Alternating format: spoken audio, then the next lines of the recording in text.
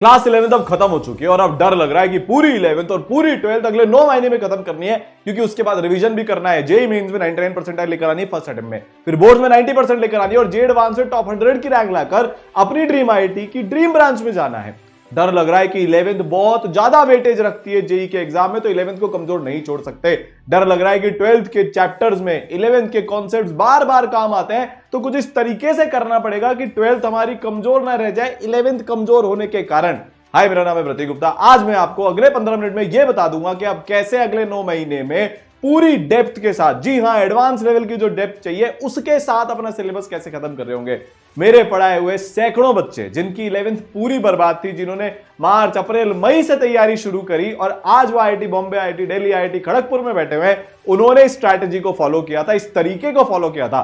पूरा साइंटिफिक तरीका है, वेल रिसर्च है और वेल प्रूवन है। मैंने खुद अपना एग्जाम 9 महीने के अंदर ड्रॉप ईयर में क्रैक किया था, आईआईटी बॉम्बे पहुंच गया था, तो ये आपके काम आने वाला है। कुछ एक डिस्क्लेमर पहले आपको देता हूं कि बेटा ये एक नॉर्मल मोटिवेशन का कोई वीडियो नहीं है, बहुत स्टेप बाय स्टेप साइंटिफिक होने वाला है। तो प्लीज जाकर एक कॉपी ले आओ, एक पेन ले आओ। पलंग पे लेटे हुए हो ना, तो सबसे पहले तो आकर चेयर पर बैठ जाओ और लिखना शुरू कर देना, एक एक चीज तुमको यहां पर नोट करनी है। दूसरा, 21 डेज के टास्क दूंगा। अगले 21 दिन में तुम्हारा बार बार मन करेगा गिव अप करने का, तुमसे नहीं होगा, क्योंकि ये बहुत हार्ड होने वाला है। अभी तक जो पद्धति चल रही थी, जो तरीका चल रहा था, उस तरीके को एकदम बदल कर रख देंगे, इसलिए तकलीफ होगी। पर जब भी गिव अप करने का मन करे ना, ये याद करना, वो आईआईटी का सपना क्यों पाला था, वो अपने करियर के लिए कर रहे हैं। बहुत सारे लोगों को गलत प्रूफ करना है जो तुम्हारे ऊपर बिल्कुल भरोसा नहीं करते, और अपने पेरेंट्स को वो खुशी देनी है जो सिर्फ एक रिजल्ट के दिन आ सकती है। तो गिव अप नहीं करना। और तीसरी चीज देखो ना, अगर तो एक चीज याद रखना, पॉसिबल है।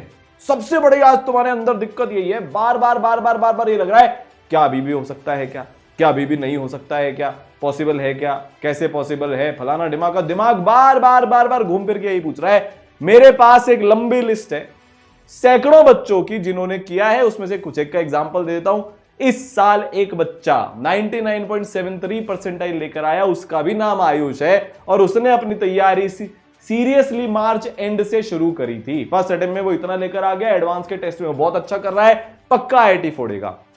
मंथन, पंकज, दूसरा वाला आयुष, विवेक, इन सब के एग्जांपल तुम ऑलरेडी जानते हो। नहीं भी जानते हो तो मैं बताता हूं, ये ज्यादातर आईआईटी बॉम्बे, आईआईटी दिल्ली में पढ़ रहे हैं। बिल्कुल पॉसिबल है। आज तुमको 5 ऐसे स्टेप्स बताने वाला हूं, पक्का जिससे हो जाएगा तुम्हारा सिलेक्शन, तीनों चीज तुम्हारी अच्छी हो जाएगी। जनवरी में 99, बोर्ड में 90% और एडवांस में टॉप रैंक जो तुम चाहते हो बेटा। ठीक है, 5 पॉइंट्स क्या है, बकवास कम काम ज्यादा, एग्जाम को समझो। क्लास 11th प्रायोरिटी चैप्टर्स, पूरे चैप्टर्स बताऊंगा क्लास 11th के जो सबसे ज्यादा वेटेज रखते हैं 12th में, करना कैसे वो भी बताऊंगा। रीस्टार्ट, नॉर्मल वाला रीस्टार्ट नहीं है ये, अलग वाला रीस्टार्ट है, और ग्राइंड सेट। सबसे पहले तुमसे एक वादा चाहता हूं, उस वादे के बिना हर चीज बकवास है, कुछ नहीं होगा। फिर वादा यह है, तुम कमेंट में मुझसे ये कमिटमेंट कर रहे हो, 11th वाली गलतियां फिर से नहीं करूंगा। क्या बोल रहा हूं मैं, 11th वाली मिस्टेक्स रिपीट नहीं करूंगा। मुझे हर एक बच्चे का ये कमेंट दिख जाना चाहिए। इस कमेंट में इतनी ताकत होती है। एक आपको बच्चे की कहानी बताता हूं, सर्थ नाम है, आईआईटी गुवाहाटी में वो आज पढ़ रहा है। उसने मेरे को थोड़े दिन पहले एक स्क्रीनशॉट भेजा था, मैं बड़ा शॉक रह गया था वो देखकर। उसने बोला कि सर देखो, मैंने आपके ये वाले वीडियो पर, 2022 का वो वीडियो था, ठीक है, 23 में वो आईआईटीएन बना, कि सर ये वाले वीडियो पर मैंने कमेंट किया था, और फिर मैंने इसको आकर एडिट भी किया कि मैं आईआईटीएन बन गया, आज इस पर इतने सारे लाइक्स आते हैं। इतनी पावर होती है। उसने बोला कि सर जब भी लाइक आते थे ना, मेरे को बार बार अंदर से रिमाइंडर आता था, क्योंकि नोटिफिकेशन आ जाता है कि नहीं, वादा किया था, नहीं गलतियां रिपीट नहीं करूंगा, नहीं 80 घंटे पर वीक पढ़ूंगा, हर एक चीज मेरे को रिमाइंड हो जाती थी। तो बेटा कमेंट में कर देना। अब चालू करते हैं, रेडी हो जाओ, सबसे इंपॉर्टेंट चालू होने वाला है। देखो, सबसे पहली बात, अब ये बकवास सवाल आज के बाद मत पूछना कि क्या अब भी पॉसिबल है क्या, वरना मैं फ्यूचर प्रेडिक्ट कर देता हूं बेटा। आज से 3 महीने बाद तुम 6 महीने की, 9 महीने की स्ट्रैटेजी देख रहे होंगे, जितना भी टाइम बचा होगा, क्या इतने में पॉसिबल है क्या, फिर 6 महीने बाद क्या 3 महीने में पॉसिबल है क्या, फिर 9 महीने बाद क्या 2 महीने में पॉसिबल है क्या, यही करते रहोगे पूरा साल। तुम्हारा दिमाग है ना, तुम्हारे साथ गेम खेल रहा है, वो सिंपैथी चाहता है कि यार मैं बड़े बड़े सवाल तो पूछ ही रहा हूं ना, मैं करना तो चाहता ही हूं ना, सवाल ही तो पूछ रहा है, तुम्हें मेहनत क्या करने दे रहा। दिमाग के इस सिंपैथी गेम में मत फंसना। ये लास्ट टाइम था जो तुमने सवाल पूछा है अपने आप से, इसके बाद हमको सवाल नहीं पूछना। अब इसके आगे का जो भी वीडियो है वो तुम्हारे लिए सिर्फ तभी यूजफुल होगा बेटा, सिर्फ तभी यूजफुल होगा जब तुम मेरे से कमिट कर रहे हो कि तुम 80 आवर्स पर वीक पढ़ोगे, मतलब 12 घंटे पर डे का एवरेज है इंक्लूडिंग संडे। सर पॉसिबल थोड़ी ना है, और भी काम है, तो फिर बेटा आईआईटी तेरे लिए नहीं है। 15 लाख बच्चे ऑलरेडी हो चुके हैं, 16-17 लाख बच्चे अगले साल हो जाएंगे। इनमें से 2-3 लाख बच्चे बहुत सिंसियरिटी के साथ बहुत सिंसियरली पढ़ रहे हैं। उनमें से भी 10-12 हजार बच्चे ऐसे हैं जिनकी 11th बहुत अच्छी है, 2-4 हजार बच्चे ऐसे हैं जो 9-10 से ही बहुत अच्छा कर रहे हैं, उनके साथ तुम्हारा कंपटीशन है। अगर मेरे को 25,000 बच्चे को हराना है, टॉप 1000 टॉप 500 की रैंक लानी है, तो उनसे बराबर या उससे ज्यादा मेहनत करनी पड़ेगी। अगर वो 8 घंटे 9 घंटे पर डे पढ़ रहे हैं तो तुमको बेटा 12 घंटे पर डे पढ़ना पड़ेगा, तब जाकर उनके बराबर आओगे, वरना नहीं हो पाएगा। इसके मैं ऑलरेडी बहुत सारे मेथड्स बता चुका हूं। नहीं आपको पता कि अपने स्टडी आवर्स कैसे बढ़ाने होते हैं, एक छोटा सा क्विक समराइजेशन देता हूं। 2 मेथड होते हैं बेटा, और ये मेथड मैंने इतना काम करते हुए देखा है, चिट मेथड या नॉक इट ऑफ मेथड। ठीक है, आपको क्या करना है, आपने जो भी टारगेट बनाया, मान लो अभी आप 6 घंटे पढ़ते हो, कल आप 7 घंटे पढ़ोगे, परसों 8-9 घंटे, अगर आपसे इतने बढ़ते हैं, नहीं तो आधा घंटे पर डे बढ़ाओ। चिट बना लो, जितो भी तुम्हारा टारगेट है, लेट से तुम्हारा 7 घंटे का टारगेट है, 7 चिट बना लो, न्यूज़पेपर में से फाड़कर एक चिट बना लो। जैसे 1 घंटा है फाड़ दी, 2 घंटा फाड़ दी, 3 घंटा फाड़ दी, रोज की 7 चिट फाड़नी है। अगले दिन 8, अगले दिन 9। पता है क्या होता है, जब 6 घंटे हो जाएंगे तुम्हारा दिमाग बोलेगा यार बस हो गया, इतनी आदत है, बस इतना ही पढ़ना है। वो चिट तुम्हारी जेब में एक 100 किलो के पत्थर के वजन की तरह पड़ी रहेगी, तुम्हें याद दिलाती रहेगी एक चिट फाड़ना बाकी है। तुम तुम्हारे दिमाग की गलत अर्जेस को हरा दोगे और 1 घंटा और पढ़ लोगे क्योंकि तुम्हें वो चिट फाड़नी है। अगले दिन दिमाग को 7 घंटे की आदत होगी भाई साहब, अब 8 पे पुश करेंगे, 9 पर, 10 पर, 11 पर, 12 पर, तब तक ये एक्सरसाइज करते रहेंगे जब तक 12 घंटे की आदत नहीं लग जाती। सारांश सर ने किया था, एयर 41 आई थी, अर्पित सर ने किया था, एयर 2 आई थी, अचिन सर ने क्या था, एयर 1 आई थी, अमरोज सर ने क्या था, एयर 3 आई थी। किसी न किसी फॉर्म में या तो कोई चिट मेथड यूज करता था या knock it of. Knock it of का मतलब क्या होता है, मैंने घंटे लिख लिए, एक छोटी सी पॉकेट डायरी लेकर घूम रहा हूं, जैसे जैसे मेरे घंटे पूरे होते जा रहे हैं काटता जा रहा हूं। बट सर लोग तो बोलते हैं क्वालिटी मैटर्स। अरे भाई हाँ, क्वालिटी के बिना नहीं हो पाएगा, पर वो क्वालिटी अलोंग विद क्वांटिटी है, आधा अधूरा सेंटेंस लोग बोलते हैं। अगर तेरी ये इच्छा है कि 6 घंटे पढ़कर आईआईटीएन बन जाऊंगा, ऐसी कोई मेरे को सुपर पावर आ जाएगी, नहीं होने वाला। फॉल्स होप में जी रहे हो, 1 साल बाद झटका लग जाएगा, अभी नहीं तो कोई बात नहीं। तो सबसे पहले तो तुमको ये करना है। सर डेली टारगेट आप क्यों नहीं देते, ये भी बता देता हूं। होगा क्या, मान ले तूने कल 12 घंटे का टारगेट बना लिया, अब सुबह 6 बजे का अलार्म लगाकर सोए थे, टाइम टेबल 6 बजे चालू करना है, 6:30 बजे उठे, गिल्ट चालू, रिग्रेट चालू, मैं तो नालायक हूँ, वीडियो देखने के बाद भी कुछ नहीं हुआ, स्ट्रैटेजी बनाने के बाद भी कुछ नहीं हुआ, टाइम टेबल मेरा पूरा वेस्ट हो गया। अब एक काम करता हूँ, ब्रेकफास्ट के बाद पढ़ूंगा। चल ब्रेकफास्ट का तो टाइम वेस्ट हो ही गया, लंच के बाद पढ़ लूंगा, क्या है, क्लास कर लूंगा, उसके बाद होमवर्क करना चालू कर दूंगा। ऐसे करते करते तुम पूरा दिन बिगाड़ते हो, फिर रात को रिग्रेट में सोते हो, अगले दिन रिग्रेट में उठते हो। नहीं भाई, ये साइकिल ब्रेक करनी है।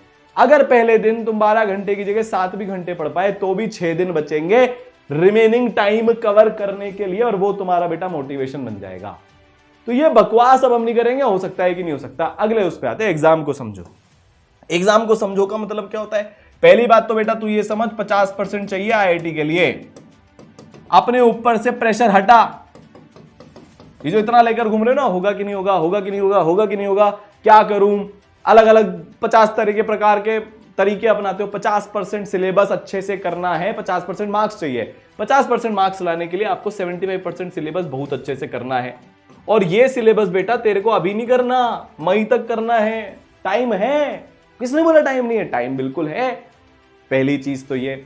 अब दूसरी चीज एग्जाम को समझने की, चलो ये तो तुम्हारे लिए बहुत अच्छी चीज हो गई, इसको तो तुमको समझकर बहुत मजा आया, हाँ सर, पर ये 50% लाना बहुत मुश्किल है। ये दुनिया का टफेस्ट एग्जाम ऐसे ही नहीं है, हलवा नहीं है। क्लियर हो गया, पक्का, यहां तक कोई तकलीफ नहीं है। अब देखो दूसरा पॉइंट, जो एग्जाम को हमको समझना है, ये आपको समझना है भाई कि 11th आपको साथ साथ में करनी पड़ेगी, क्योंकि 12th में पूरी 11th काम आती है। तो कुछ इस तरीके से पढ़ाई करनी पड़ेगी कि 12th के चैप्टर जिनमें जो 11th काम आती है वो आपके पहले हो जाए। जैसे छोटा सा एक एग्जांपल लेता हूं, जब आप 12th की ऑर्गेनिक केमिस्ट्री शुरू करोगे, उसके पहले जीओसी और आइसोमेरिज्म आना चाहिए। तो प्लान ऐसा बनेगा कि आपके पास 11th के वो चैप्टर्स, एटलीस्ट उसकी थ्योरी और कुछ सवाल आपने प्रैक्टिस कर रखे हो 12th चालू करने से पहले। जैसे फॉर एग्जांपल जो ईसरल का प्रहार बैच है, उसके अंदर पूरे साल यही होता है। जब जो 12th का चैप्टर आता है उसके पहले उसके 11th के चैप्टर्स खत्म करा दिए जाते हैं जो रिलेटेड होते हैं। बच्चा 0 से तैयारी शुरू करता है, पूरी 11th पूरी 12th 9 महीने में खत्म करता है भाई। आप या तो प्रार में आ जाओ और नहीं तो बेटा ये इंश्योर कर लेना, भी बताऊंगा 11th के वो वाले चैप्टर्स की कौन कौन से इंपॉर्टेंट है जो आप कर रहे होंगे। ठीक है, 11th बिफोर 12th ये आपको समझना पड़ेगा। तीसरी चीज, जो बच्चा 99.73 परसेंटाइल लाया इस बार फर्स्ट अटेम्प्ट में, उसका बेटा 80 से 85% सिलेबस बहुत अच्छा है, बाकी उसने अपने सेकंड मेंस तक के लिए बचाकर रख रखा है। आपको प्रैक्टिकली ये करना है। आपको अगर जेई मेंस में 99 परसेंटाइल लानी है तो 70% नंबर आपको लेकर आने पड़ेंगे। अगर पेपर आसान आया तो 80% नंबर आपको बेटा लेकर आने पड़ेंगे, आपकी 99.5 परसेंटाइल प्लस आ जाएगी। तो सिलेबस में स्किम नहीं करना। स्किम करने का मतलब क्या होता है? थ्योरी पढ़ ली, अब एक बच्चों को बीमारी होती है बहुत तगड़ी, उसका नाम है थ्योरी ज्यादा पढ़ूंगा, वो हर 10 अलग अलग जगह से थ्योरी पढ़ते हैं। आपका भी 11th इसी चक्कर में बर्बाद हुआ होगा। एनएलएम लिया, उसकी 5 अलग अलग चैनल से थ्योरी पढ़ी, 10 अलग अलग किताबें लगाई, उसके चक्कर में मैथ फिजिक्स सब बर्बाद। मैथ्स केमिस्ट्री फिजिक्स पकड़ाई में आ गई, मैथ्स के पीछे लग गए, फिजिक्स केमिस्ट्री बर्बाद, केमिस्ट्री पर ध्यान नहीं दिया। बोलो, तो बेटा एग्जाम को समझना पड़ेगा कि आपसे जे एडवांस क्या चाह रहा है। आपको टॉपिक की डेप्थ में उतरना पड़ेगा, पर जितनी डेप्थ रिक्वायर्ड है उतनी ही। अब बस हीरो बनना बंद कर दो अब, और मैंने ये भी किताब लगाई है वो भी किताब लगाई, नहीं भाई, एक अच्छी कोचिंग पकड़ो, उसके मॉड्यूल्स पकड़ो, मोर देन सफिशिएंट है।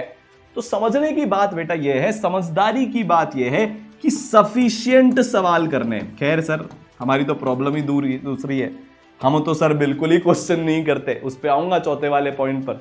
यहां तक बात समझ में आ गई। अब अपन आते हैं 11th के इंपॉर्टेंट चैप्टर्स। तो सबसे पहले फिजिक्स से शुरुआत करता हूं। बेटा फिजिक्स में आपको ये सारे चैप्टर्स आने चाहिए हैं 12th से पहले, कुछ पार्ट इनका आना चाहिए है, जैसे यूनिट डायमेंशन, चलो ये तो बहुत आसान है, आता है। वेक्टर के बेसिक्स आपको बिल्कुल आने चाहिए, एडिशन के लॉ, डिमाका, काइनेमेटिक्स 1D की इक्वेशंस आपको आनी चाहिए, काइनेमेटिक्स 2D में भी थोड़ा बहुत आपको आना चाहिए, प्रोजेक्टाइल की थोड़ी सी फील होनी चाहिए, कई बार इलेक्ट्रोस्टैटिक्स में उसके मिलाकर सवाल पूछ लिए जाते हैं।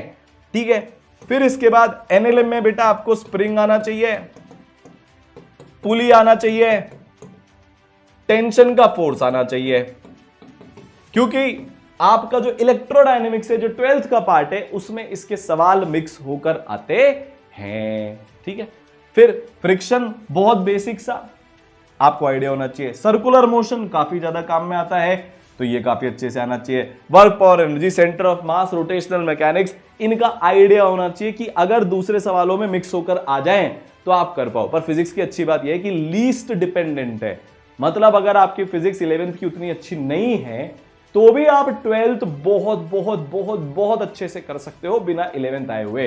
पर यह पूरा सीन चेंज हो जाता है केमिस्ट्री के अंदर। अगर आपकी केमिस्ट्री 11th की उड़ी हुई है, आपको पूरी 12th की केमिस्ट्री बेटा चाइनीज भी लग सकती है कि आपको कुछ भी समझ में नहीं आ रहा, कोई दूसरी भाषा आपके पास आ गई है। एकदम चैप्टर्स में से छाट छाट के कॉन्सेप्ट्स लाया हूं।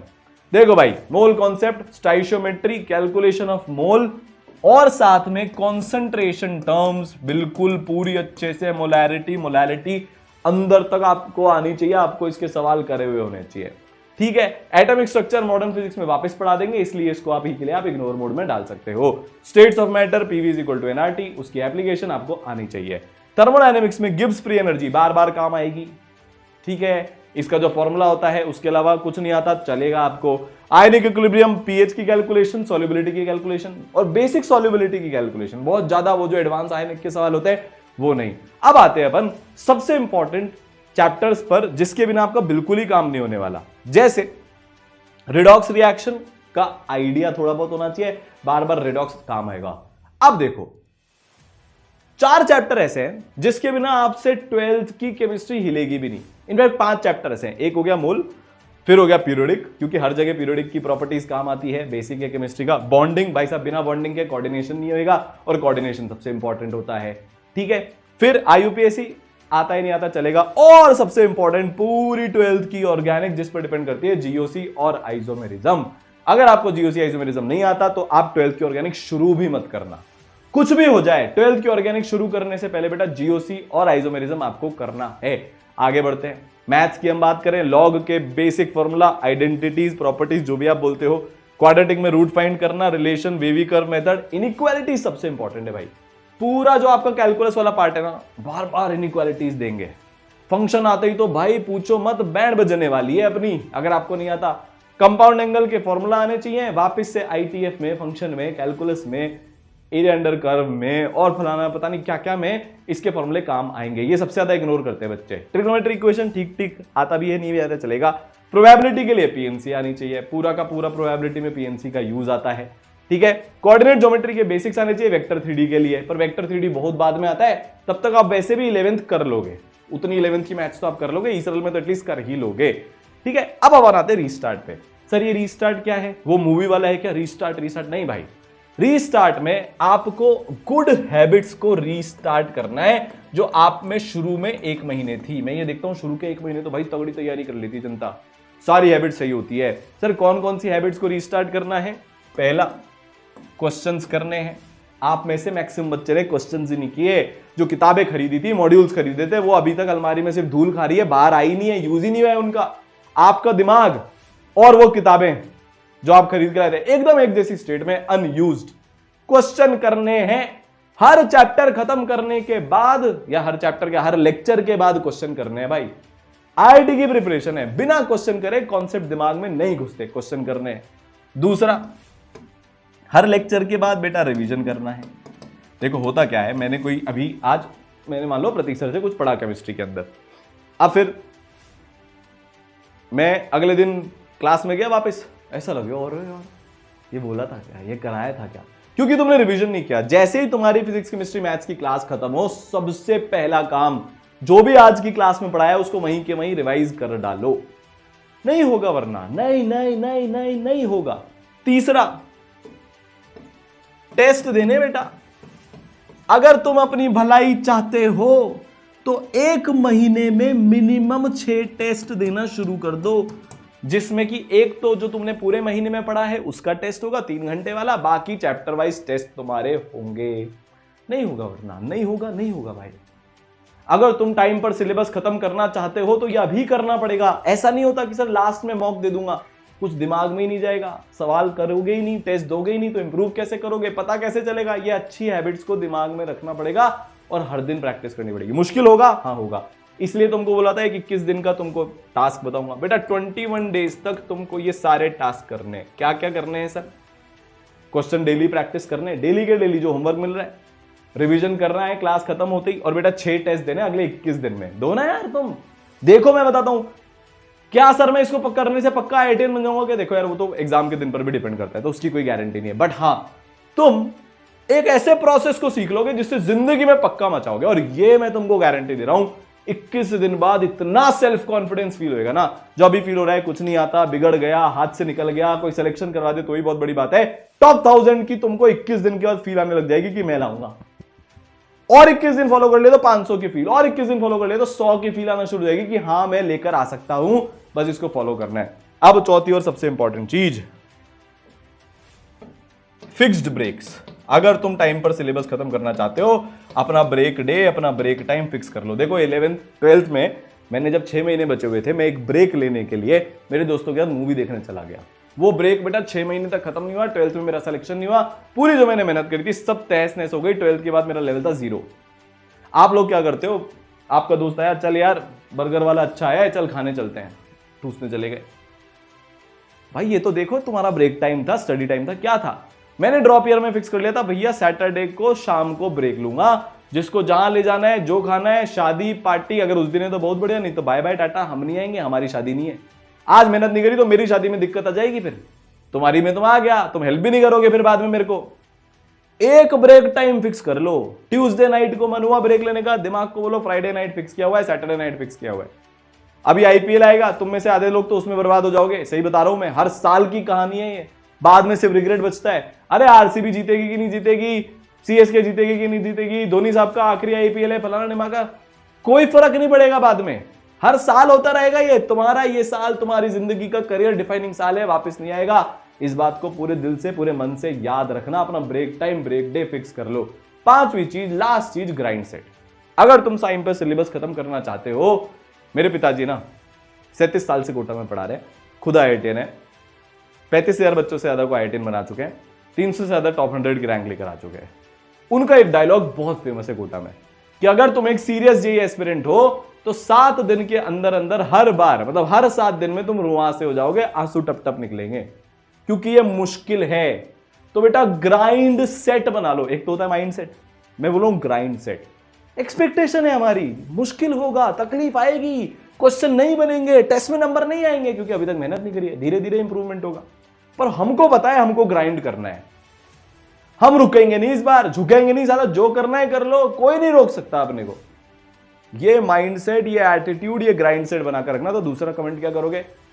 I will have grind set, I will have grind set, दुनिया की कोई ताकत मुझे नहीं रोक सकती। बस बात खत्म।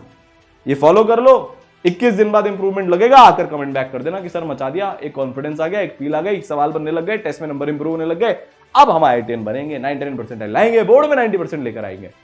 ठीक है, मैंने तुमको बोला था, 6 महीने से बोल रहा हूं, छोड़ूंगा नहीं इस बार, पीछे पड़ा रहूंगा तुम्हारे। बहुत सारे ऐसे भी कमेंट्स आ जाएंगे इस पे कि क्या बार बार स्ट्रैटेजी लेकर आते हो। भाई है बच्चों को जरूरत यार, बहुत दुख है, मैं रोज बच्चों से मिलता हूं, सब परेशान है कि सर अब 11th और 12th 9th 9 महीने में कैसे कंप्लीट करें, क्योंकि अगर कंप्लीट नहीं हुआ तो रिवीजन नहीं करेंगे। JEE Mains revision based exam है ना। तो बेटा मैं आपके साथ खड़ा हूं, बेस्ट चीजें तुम्हारे लिए लेकर आते रहेंगे।